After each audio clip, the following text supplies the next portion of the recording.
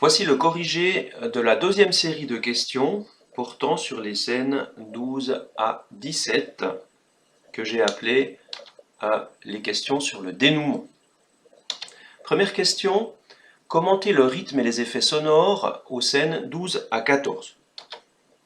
Concernant le rythme, on peut constater une accélération.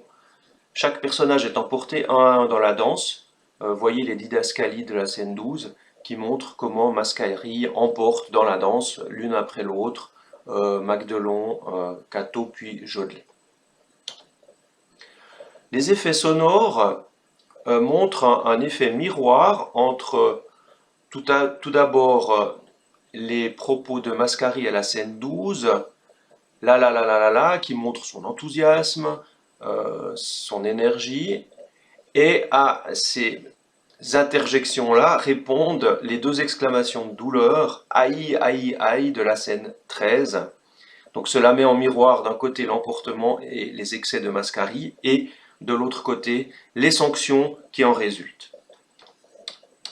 Deuxième question, comparez les deux premières répliques de Ducroissy dans la scène 15.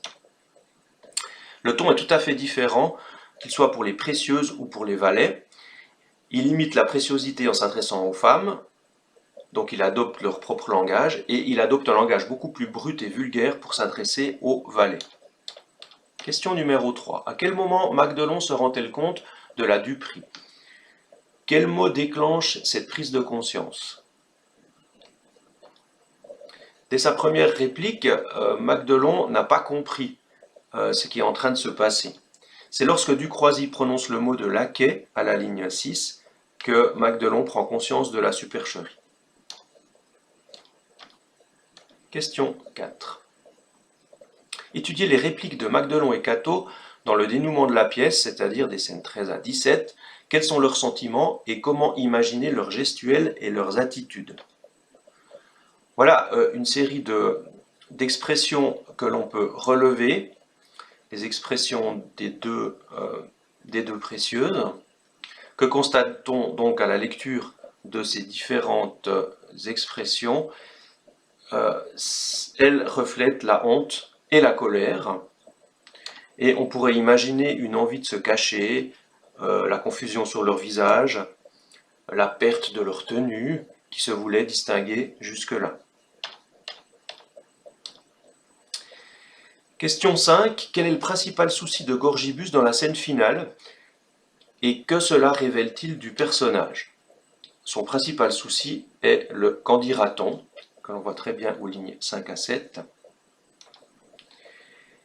Cela révèle sa mesquinerie, son étroitesse d'esprit.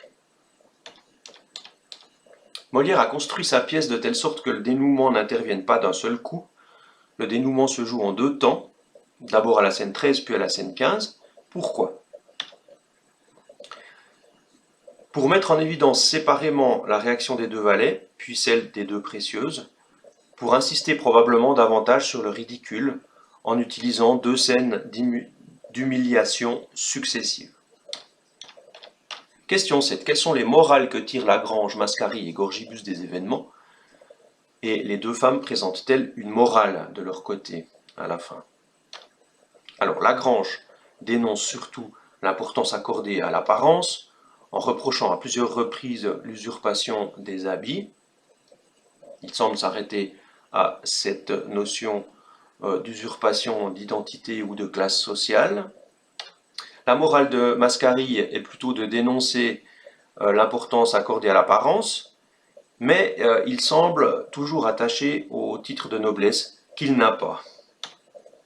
Gorgibus, quant à lui, se préoccupe des conséquences sociales avant tout. Nous l'avons vu dans la question précédente, en se demandant que vont dire les gens, que vont dire nos voisins, nos connaissances, etc. Les deux femmes, quant à elles, ne présentent pas de morale, elles en appellent simplement à la vengeance et elles révèlent par là leur orgueil blessé. Dernière question. Traditionnellement, le dénouement d'une pièce ne doit laisser dans l'ombre aucun pan de l'action. Est-ce le cas avec les précieuses ridicules? Eh bien non, puisqu'on ne sait pas si les femmes vont accepter finalement de se marier avec Lagrange et Ducroissy.